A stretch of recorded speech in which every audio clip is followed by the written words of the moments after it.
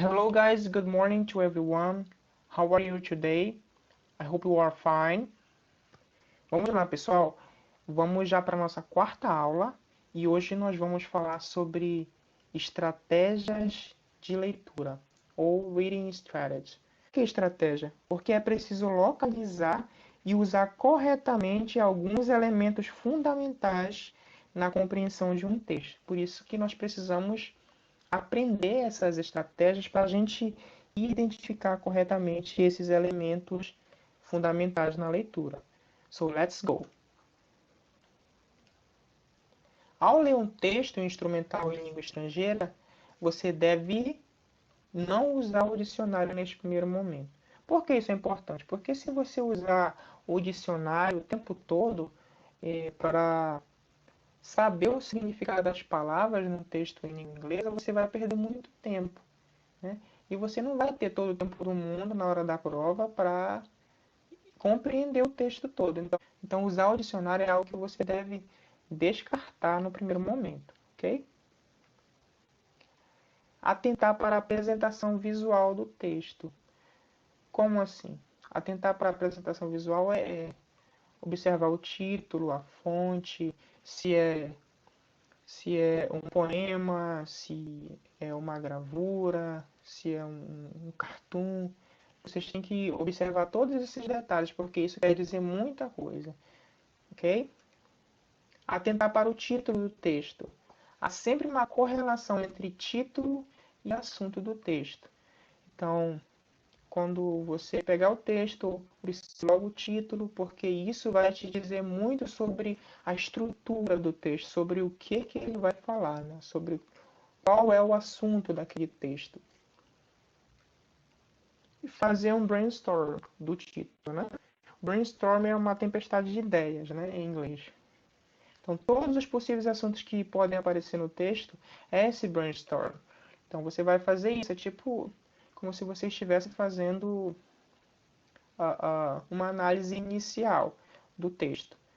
E utilizando esse previous knowledge, esse conhecimento prévio que você tem sobre aquele assunto, você vai poder deduzir muita coisa sobre o texto. Então, por isso que é importante você fazer esse brainstorm, ok?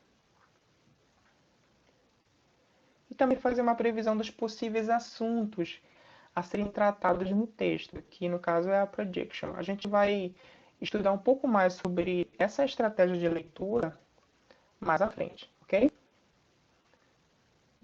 Técnicas e estratégias. Existem muitas técnicas e estratégias para a gente ler um texto em língua estrangeira. As mais conhecidas são skimming e scanning, que com certeza vocês já ouviram falar. Inclusive, nós já estudamos na nossa primeira aula de língua inglesa. Mas também temos as cognatos, também são conhecidos, né?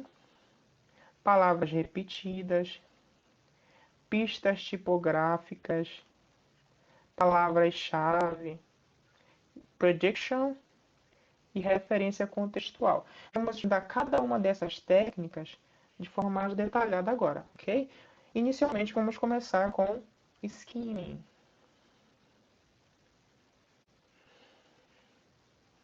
Essa estratégia consiste em lançar os olhos rapidamente sobre o texto, buscando captar o assunto geral apenas, se este for o objetivo da leitura. Então você vai dar aquela olhada geral, né? Tipo como se você estivesse olhando o texto de uma forma geral. Não vai precisar olhar detalhadamente cada aspecto do texto. Esse primeiro contato com o texto é apenas para saber sobre o que trata o texto. Você já não vai, nessa técnica, buscar os detalhes, mas apenas dar aquela olhada, né? Aquela pincelada rápida para saber do que se trata, ok? Então essa é a técnica do skimming, lançar os olhos rapidamente sobre o texto, né? Já o scanning, que é essa próxima técnica, essa estratégia ela já é diferente do skimming. Essa estratégia de leitura não linear, em que o leitor busca objetivamente localizar as informações em que está interessado. Através do scanning, o leitor é objetivo e seletivo, e nem sempre precisa ler o texto todo. Então, no caso, o scanning vai ser aquele escaneamento mais detalhado que você vai dar no texto, né? Porém, você vai buscar as informações mais importantes, você vai ser bem objetivo no que você está buscando no texto, para responder as questões concernentes a isso. Então, você vai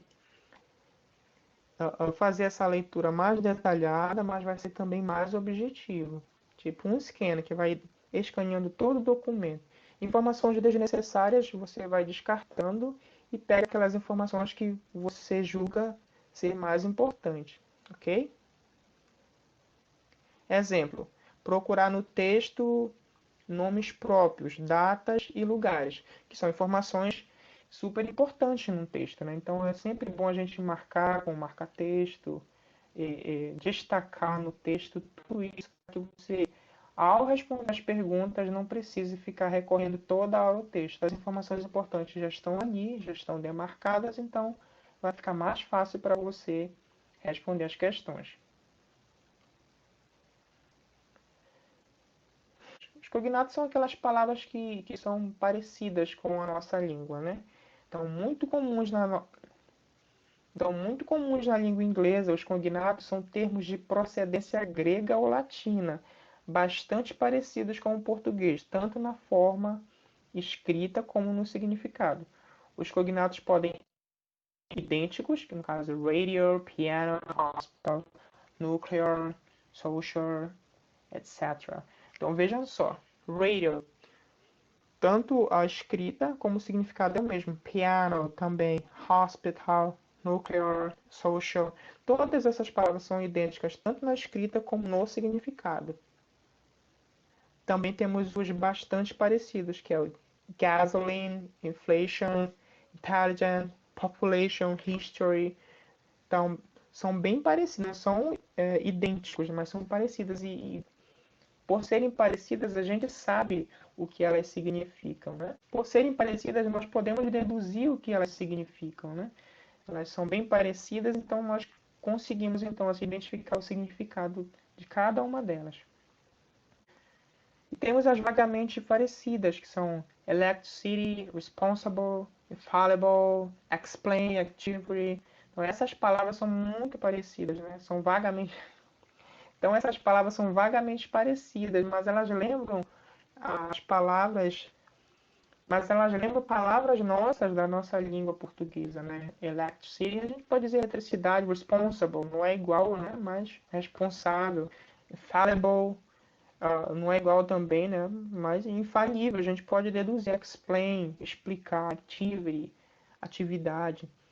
Então nós temos as três, né? Idênticos, que são iguais, bastante parecidas, que chegam bem próximo, né, e têm o mesmo significado, e vagamente parecidas também, que dá para a gente detectar, né, dá para a gente deduzir o significado, porque são vagamente parecidas. Bom a gente usar essa técnica na hora da nossa leitura no texto, né, nos valer dos cognatos, que isso vai nos ajudar muito no entendimento e na compreensão de um texto em língua inglesa. Vamos às palavras repetidas. As palavras repetidas, quando certas palavras aparecem várias vezes no texto, mesmo com formas diferentes, como por exemplo socialism, social, socialist, socialize, então normalmente são importantes para a compreensão. As palavras repetidas aparecem especialmente na forma de verbos, substantivos, adjetivos e nem sempre são cognatas. Ou seja, nas suas várias formas, no caso aqui, socialism, social, socialist, socialize. Então não são palavras cognatas, cada uma tem uma forma. Uma é um adjetivo, a outra é um substantivo, outra é um verbo. Então não são palavras cognatas, mas cada uma ela é usada de uma forma porque elas são importantes no texto, né? Então são usadas de forma diferente porque elas têm um papel importante no texto. A gente deve prestar atenção para essas palavras que também vão nos ajudar na compreensão textual. As pistas tipográficas são as marcas tipográficas também conhecidas, né? São elementos que no texto transmitem informações nem sempre representadas por palavras. Reconhecê-las é um auxílio bastante útil à leitura. Vejamos. Exemplo, negrito maiúscula, sinais de pontuação, distribuição do texto na página. Você poderá perceber se é poesia, propaganda, diálogo, etc. Então, essas são as pistas, né? As marcas tipográficas. A pontuação, o sinal de pontuação, se está destacada, tudo isso é importante para a gente perceber o aspecto do texto, o tipo de texto que a gente está lendo. Então, prestar atenção nessas pistas vai também nos auxiliar bastante na leitura. Palavras-chave. As palavras-chave são aquelas que estão mais de perto associadas especificamente ao assunto do texto, podendo aparecer repetidas e algumas vezes na forma de sinônimos. A identificação das keywords através do skimming leva-nos a ter uma visão geral do texto. Então, na hora que você está usando a técnica do skimming, você vai ver as palavras-chave que são importantes para o texto, né? Vão ver que elas estão associadas ao assunto. Então, é por isso que é bom você dar essa olhada geral, né? Que é dar aquela pincelada no texto antes de lê-lo detalhadamente. E você vai, então, encontrar essas palavras-chave e vai destacá-las com marca-texto. Isso vai ajudá-los também na compreensão do texto. Ter uma visão geral do texto, né? Prediction. Prediction é a atividade pela qual o aluno é levado a predizer, inferir significa concluir, né?